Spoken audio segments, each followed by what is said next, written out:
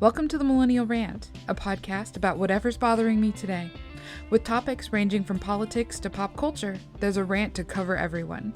For more Millennial Rant content, you can join me on the web at millennialrant.com.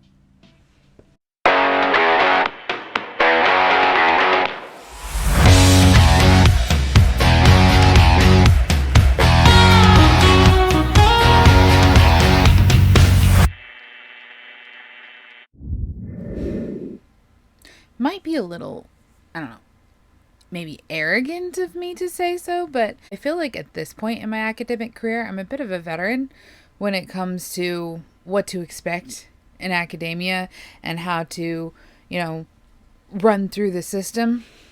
And okay, I don't mean that's like in a faculty sense.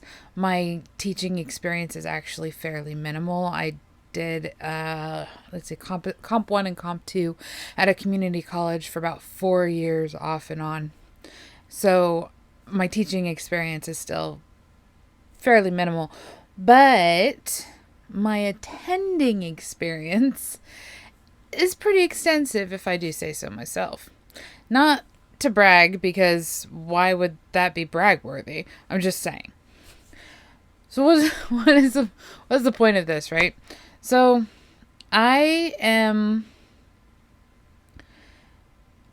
I first started going to school, I was at a community college in Ohio, and it was a really good school, but for whatever reason, it was also a really cheap school, like $55 a credit hour. Cheap. I mean, it's more now. I think it's like almost 3 times that now, which is unfortunate, but also, understandable. So I didn't really have to worry about financial aid when I was going to school there. My dad offered to pay for it for me as long as I was actively working toward something, whether that something was a degree, whether it was transferring into a 4-year university, or whatever the case. So as long as I was working towards something, he didn't have a problem paying, that $50 a credit hour for me to go to school, which was good because I really bounced around in that it's not a university, in that college for about 4 years. And the reason why is this whole involved story that I'm pretty sure I told in a previous episode, so I'm not really going to go into that here. But suffice it to say, I spent 4 years at a community college. My dad paid for it, and I didn't get a degree, but I did end up transferring to a 4-year university. When I transferred to the 4-year university, it was substantially more expensive than the community college, and my dad couldn't pay for it. He had, 8 kids, of whom I am only one, and there's absolutely no way that at the time, he was still a major. At the time, he was still a major. So there's absolutely no way that on a major salary with 8 kids, 6 of whom were still actively at home, would he be able to pay for me to go to college. That's just, no. So I had to take out loans. And not only did I have to take out loans, my parents took out loans in order to cover my tuition. And I didn't know anything about financial aid. I was 20 years old. I had no clue how any of it worked or why or what was the best options, like how to get scholarships. If, did I qualify for the Pell Grant? I didn't. My dad paid too much money, which I personally feel is unfair. Why should my parents' income impact whether or not I get a grant? But whatever. So I didn't know how it worked. I didn't know how any of the financial aid stuff worked. I remember at one point, they talked about if you want a refund, you have to get approval from your parents because the refund is coming out of the Parent Plus loan.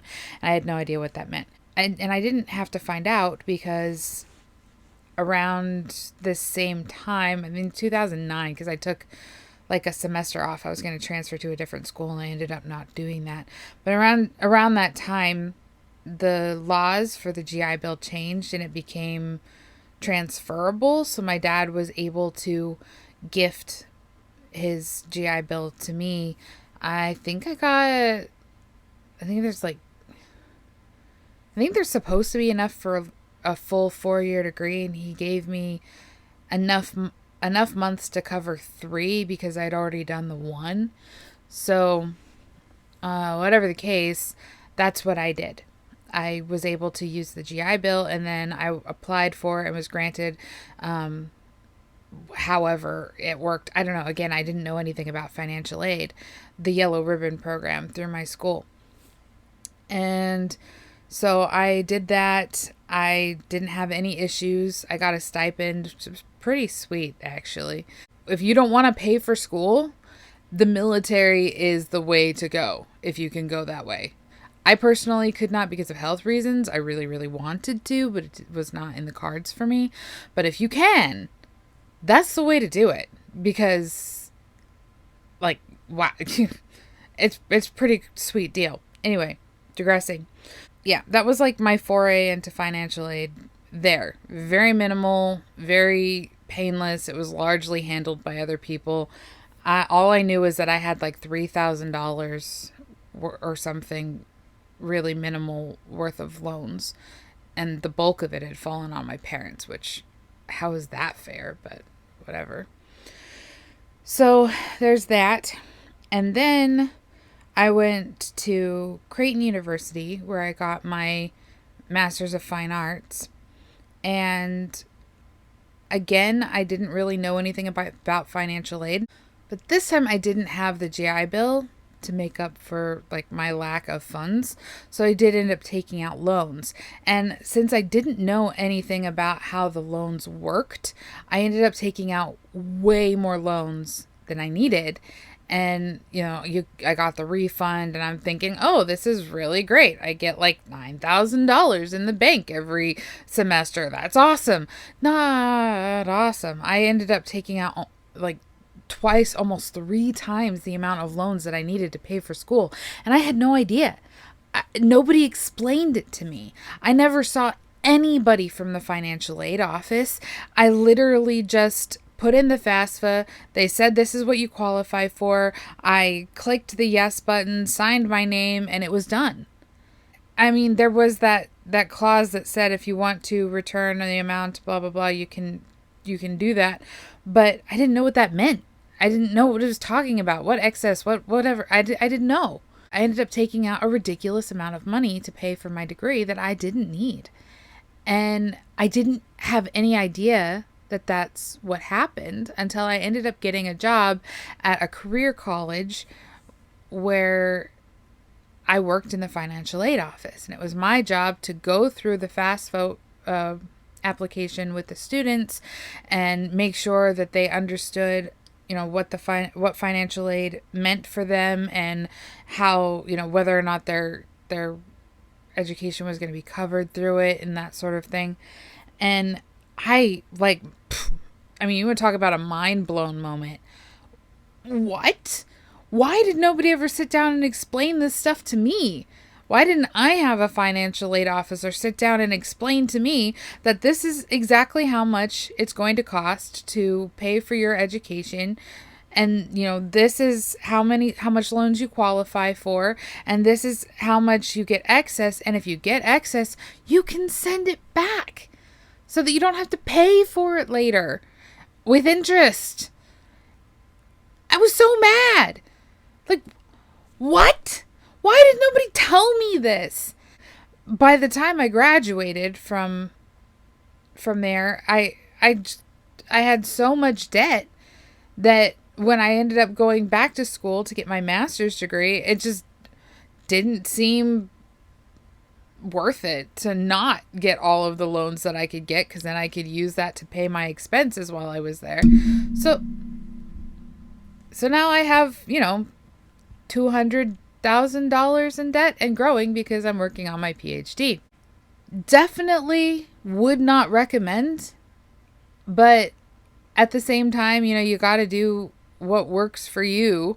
And, at some point, I hope to generate enough income to pay it back. I would really like to not be paying for this for the rest of my life, but I might. And, that's on me. I signed it. Nobody forced me. Even if I didn't understand, I still put my name on it. And I did a whole video about student loans and all of that stuff. That was like the very first video. So I'm not going to go again deep into that right now. But my point is that these schools, I think, take advantage of the fact that kids have no idea what they're doing when they go into college. And a lot of parents don't know what's going on either.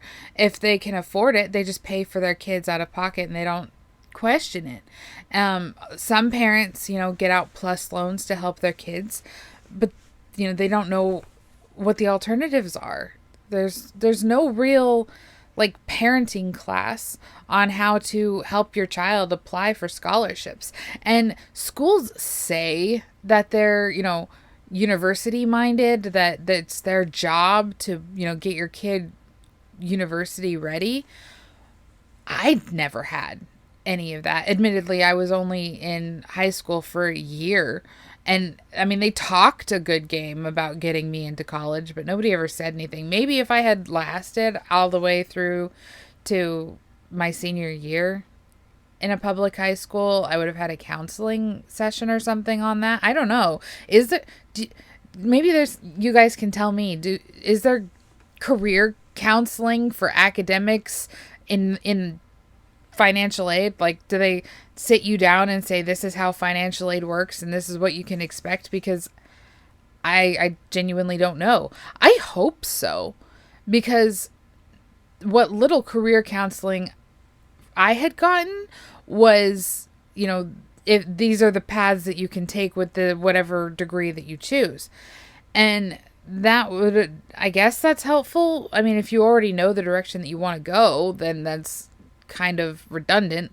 But I feel like telling you exactly what to expect for the college admissions process would be so much better. Because honestly, a lot of these kids who are going to 4-year universities right out of high school, they have no idea what they want to do. Like, none at all. They don't know what they want to study. They don't know if they want to study. A lot of them go on sports scholarships, which is great. But what about the ones who don't?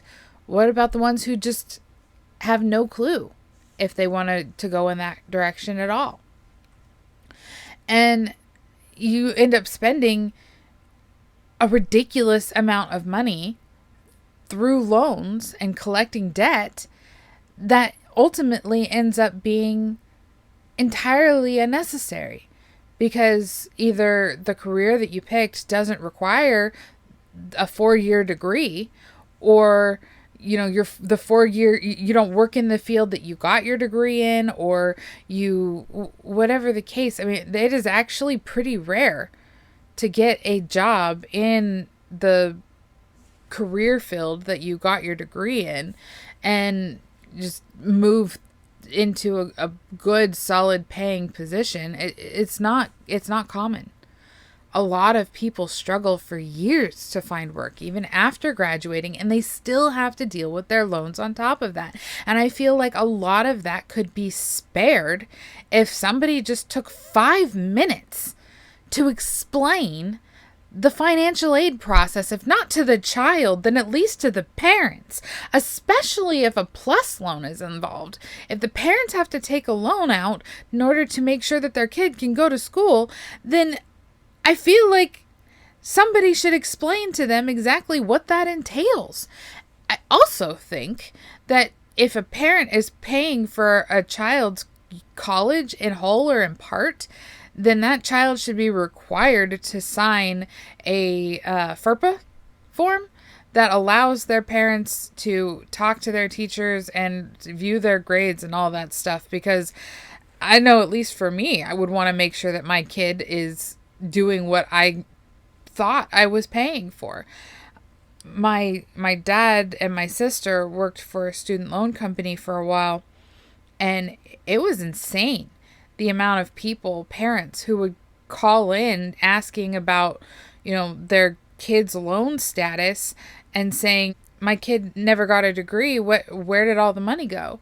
And these kids are taking the money and they're going and they're partying and they're living it up for 4 years in these big fancy houses with all their big fancy stuff. And then they come out with nothing I'm going off on a tangent. This isn't about college life, which is a whole video in and of itself. My point is that financial aid is stupid the way that it is currently run, and it needs to be reformed. Somebody just needs to start talking to people to let these kids and parents know what they're getting into before they're getting into it, because a lot of them are getting themselves into nothing but unnecessary debt and a whole lot of future trouble.